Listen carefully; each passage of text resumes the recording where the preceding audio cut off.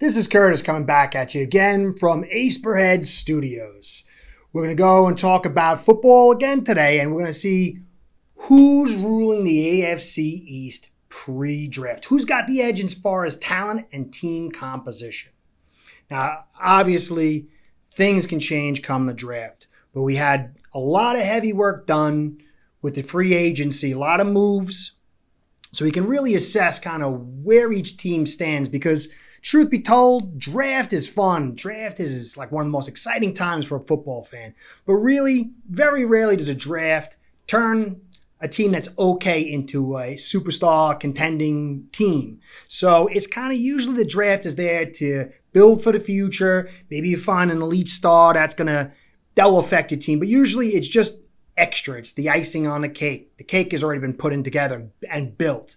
So we're going to look through all four teams, kind of go over their rosters, see what they got and who's got the edge. First, I guess, really the truth is you got to start with the Bills.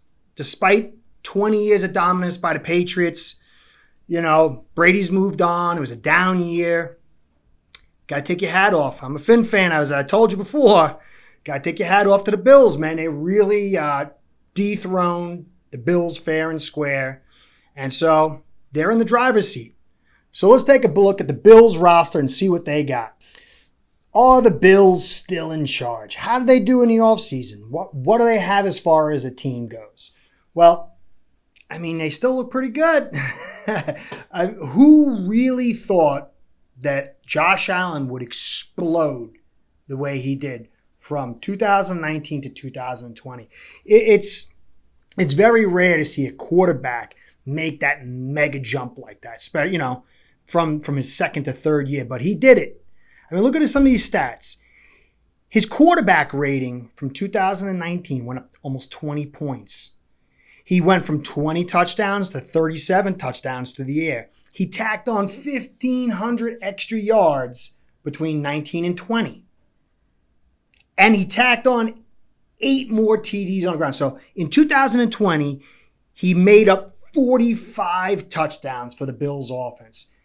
As an outsider looking in, I'm not a fan. Fans get to really see the inner workings. If you're a fan of the Bills, you really know the inner workings of what's going on. But from the outside looking in, Sean McDermott is an excellent coach, and it was McDermott and Allen leading the Bills to an amazing season. And from the outside looking in, it looked like they were the glue holding the team together. And as I go over the roster, I'm sort of impressed because, some of the additions they made and obviously some of the players, but I'm also a little surprised that there are some holes there. And so really, McDermott's coaching, the discipline that he seems to have, that the team seems to really love him, play for him.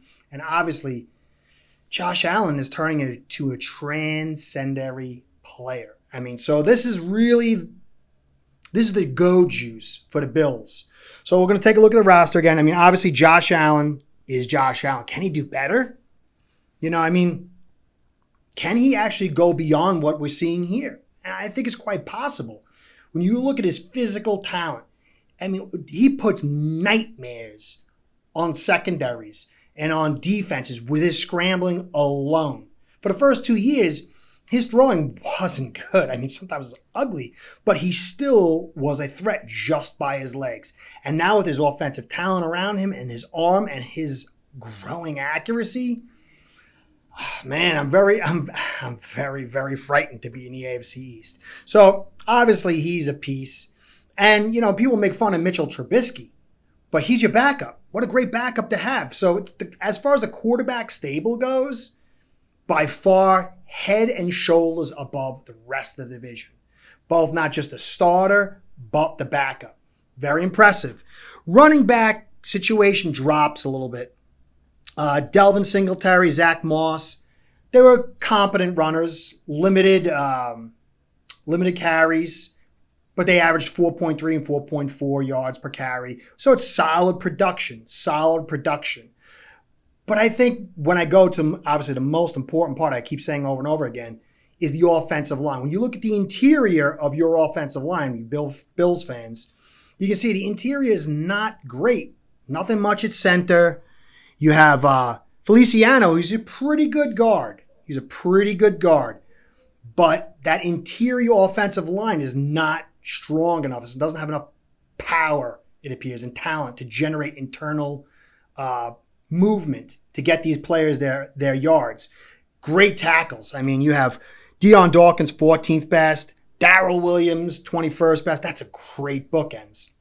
And, they could be vying for best bookends in the division. The Patriots, they have some qualities, but they got injury issues. So you guys have very good edge protection, edge talent, okay inside. But I think that's one of the weaknesses I see of your team is center play is not good.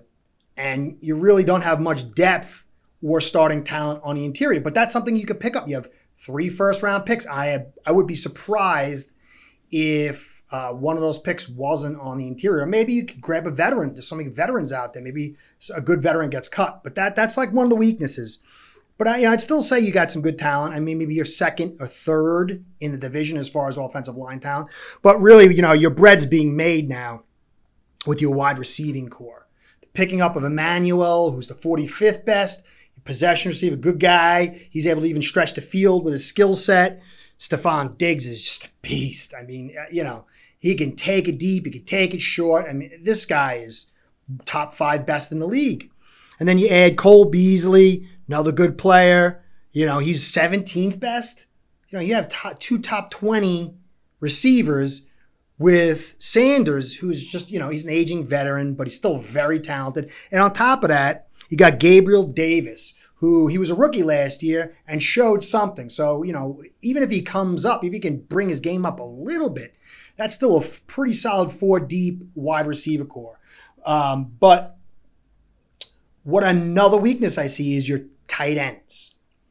The middle of the field is usually dominated by the interior line, be able to generate those inside runs, and then your tight end who's able to work the inside of the field on those linebackers. And Dawson Knox, he's not bad at 45th best, but I could definitely see that. That's an area that you would upgrade in the draft, both the interior line and the tight end. Because honestly, with what the Patriots did, the rest of the league, or rest of the division, league probably too, but the division, it's not going to be fun. It's not going to be fun. It's not going to be fun stopping it. And you're going to, it's easy yards. The security blanket for a quarterback is almost always the tight end. And so if you guys can upgrade your tight end situation, that's going to help Allen even be more. It's going to open up the exterior and the deep. So, but those are the 2 holes I saw on offense. But again, you have Josh Allen. Just the fear of him, be able to design, run, or scramble when a pocket breaks down. This is going to help the missing pieces you have or the weaknesses you have. Still, I would say, even after all that, top 1st or 2nd offense in the division. I would definitely have, before free agency, I would have said, obviously, you guys have the best.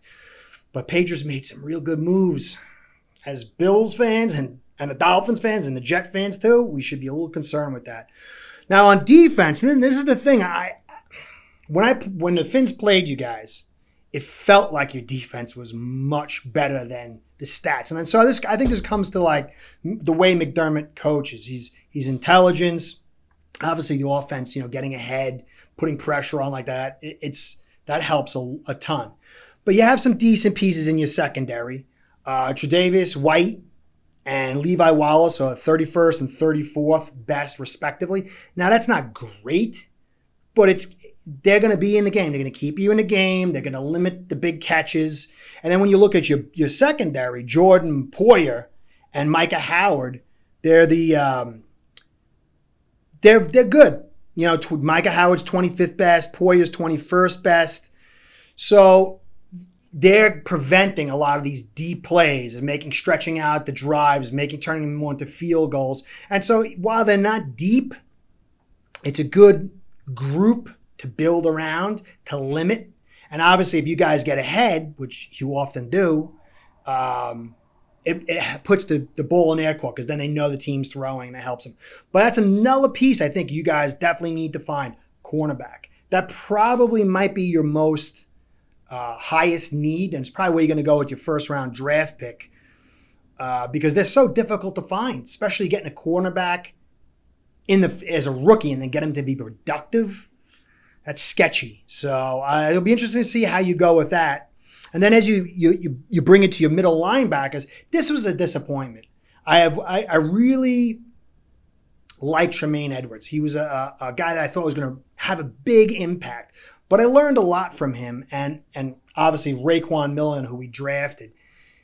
Physical talent, production in college, that's all well and good. But as a linebacker in the NFL, it comes down to smarts. And Tremaine Edwards was never known as, or Raekwon Millen, were never known as highly cerebral. And that weakness, that flaw, that kryptonite was, that it was, NFL offenses will make you think. And so he's been a very, very big disappointment. Now, I would like to know, I know he was injured a couple of times. Is it injuries? But he's a 74th. His physical talent is off the charts. And he's the 74th ranked linebacker. So that's a little concerning, But Matt Milano's a good guy, good outside edge rusher. Outside linebacker, a little bit small, like 221, but he's been productive, 41st best linebacker. But honestly, it's another area where you might need to bolster, is that linebacker play. We got Jerry Hughes on the edge. Old man, he was drafted, 2010 or something? I remember him, as far as I can remember practically, still 18th best edge rusher. So you have Jerry Hughes bringing that pressure, which is essential, especially because we guys get ahead. So being able to bring pass rush up, that will offset some of your limitations. And AJ Espinoza, who I really liked him. Not bad, 69th. Showed something in run stop. He's not much of a pass rusher, but he's a good, solid edge. But it was his first year. So you could see some growth out of him. That would be good. That would give you guys solid edges. But here's another, it goes back to Tremaine Edwards and Ed Oliver. Ed Oliver and Tremaine Edwards were 2 first-round picks.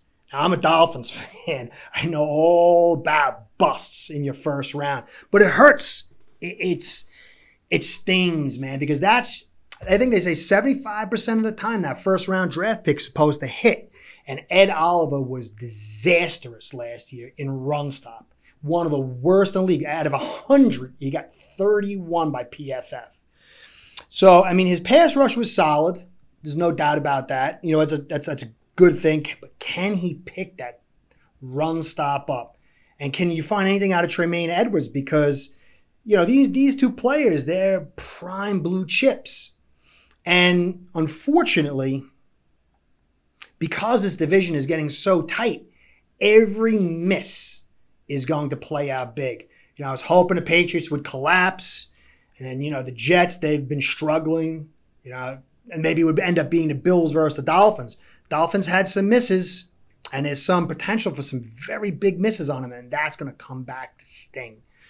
So, overall, you got A.J. Klein, good run stopper. But that defense, I expected to see more talent out of it, more production. They've been held together and given that advantage because of the offense. But in order to win that Super Bowl, and I hate the Bills. I'm a Dan Marino fan. You guys just taking it to us 4 years in a row, going to the Super Bowl and basically kicking us out every year. There's a hate in there. But still, Josh Allen is somebody who I really enjoy. Maybe I'm getting old and soft. I don't know. I like McDermott. I appreciate the Bills fans, sticking with their team for so long, up in the cold and everything. I wouldn't mind seeing you guys do well. I really wouldn't. But that's that defense. At some point, and because the defense is the easiest to maintain consistency in. Could have bad weather, could have snow, could have heavy rain. This throws the offense off. So teams that usually rely on heavy offense to get to the top, very few of them actually reach there. So it'll be very interesting to see what players can step forward on the Bills on defense. It will be interesting to see how they can do with the draft. They need a hit with that. You guys need a hit with that first round pick. Because, what was it? Edwards was drafted, 4 years ago or something like that? And then you have Ed Oliver. He was drafted. So in the last 4 years, 2 of your picks are kind of on the verge of bust. I think Oliver can pick it up. I think he can grow. I think he's got to put on some size, some strength. He'll work on his technique probably mostly. So I would say at the end of the day, I wouldn't even really be concerned with running back. Interior offensive line, some help at tight end, cornerback, and something on defense, maybe a linebacker or an interior lineman, something to help you guys because the Patriots are going to be physical. They have a team now that's set up to work the inside of the field, to control, just like in chess. Whoever controls those 4 squares in the middle of the board, they run the game. And that's what the Patriots are bringing it back. They're moving away. They can play high flyer too. But with what they're setting up, they're going to demand teams to be able to be physical on the offensive line and on the interior, and the defensive line to be physical in the interior. So there's a lot of question marks around the Bills, but I'd still say you have to give them the edge simply because your team has gotten better year after year. McDermott is shown to be I love Brian Flores. Still a little bit of an unknown commodity. Not much, but still a little bit. Obviously, Belichick is a known commodity, great genius, whole time, whatever you want to rain on him. But McDermott has shown something steady growth, and he's been at it for years now. And you have to say, at the very least, he is a legit good coach. Maybe verging on something a little bit more than that. So overall, I would be pretty content if I was a Bills fan, but I would be looking over my shoulder at the Patriots. This is going to be a big draft for you guys. I said it's not going to make or break you, but if you can get one high-impact player, or even one high-impact and one good player, there'll be a little breathing room for you guys. So that's it. That's the Bills pretty much as a fan of the Dolphins, as a guy looking at them, wrapping them up. Let me know what you think, Bills fans. I'd like to hear. This is the year that I've been focusing on, obviously, the Dolphins my entire life, but I've had to really focus on them writing for the Fins magazine. But now I'm going to have to branch out. Now I'm really trying to get to know the other teams. So let me know what you think. How did I assess your team? Am I wrong? Where am I right? What do you think? And let's move on to the hated, but you have to respect, New England Patriots.